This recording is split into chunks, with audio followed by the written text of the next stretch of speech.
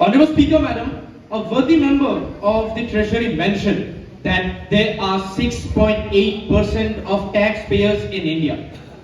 But we are not right now talking about income taxpayer. The entire motion proposed by the members of proposition does not talk about the income taxpayers, but talks about the taxpayers of India. And today I have this Lottie Chocopai in my hand, which was given to me by the organizing committee members.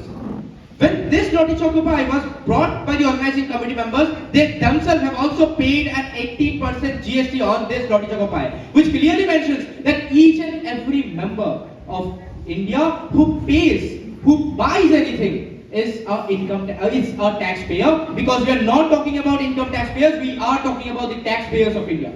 Honorable House, in this moment of time, when we look into a very important aspect, that is adequate returns. Multiple members of the proposition have been highlighting again and again that there are no results of the taxpayers which have been implemented. But we are not talking about no returns, we are talking about adequate returns, and the entire motion revolves around adequate returns, and in this moment of time, the Republic of India have not received adequate returns in terms of the tax they are mentioning. Honorable Speaker, Madam, if it's once, it's a happening. If it's twice, it's a coincidence. But if it's thrice, it's a conspiracy. And the conspirators of this house are sitting on my opposition and are completely making false statements. Apart from that, it's very important that we understand the very basic concept of the entire motion. The basic motion revolves around three different important aspects. Number one is the infrastructure development. A worthy member of the proposition mentioned about NHAI, how NHAI have been building around 50 kilometers of roads every single day.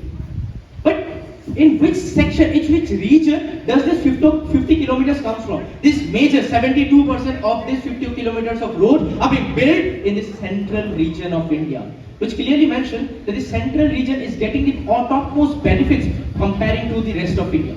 Coming to my second part of this entire section, that is the economic development.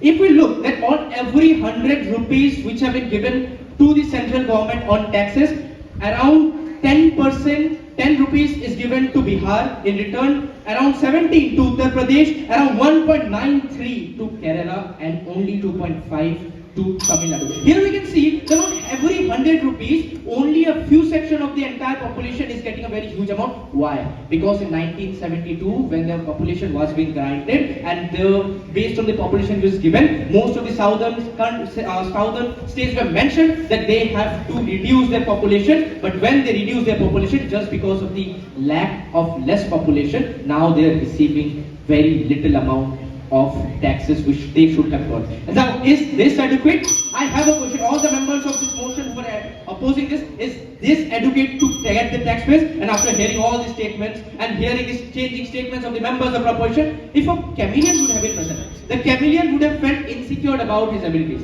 And the statements of the members of proposition changes faster than the chameleon even changes his color. Thank you, Honorable House. Thank you, Honorable Speaker, Madam. Jananjay Devok.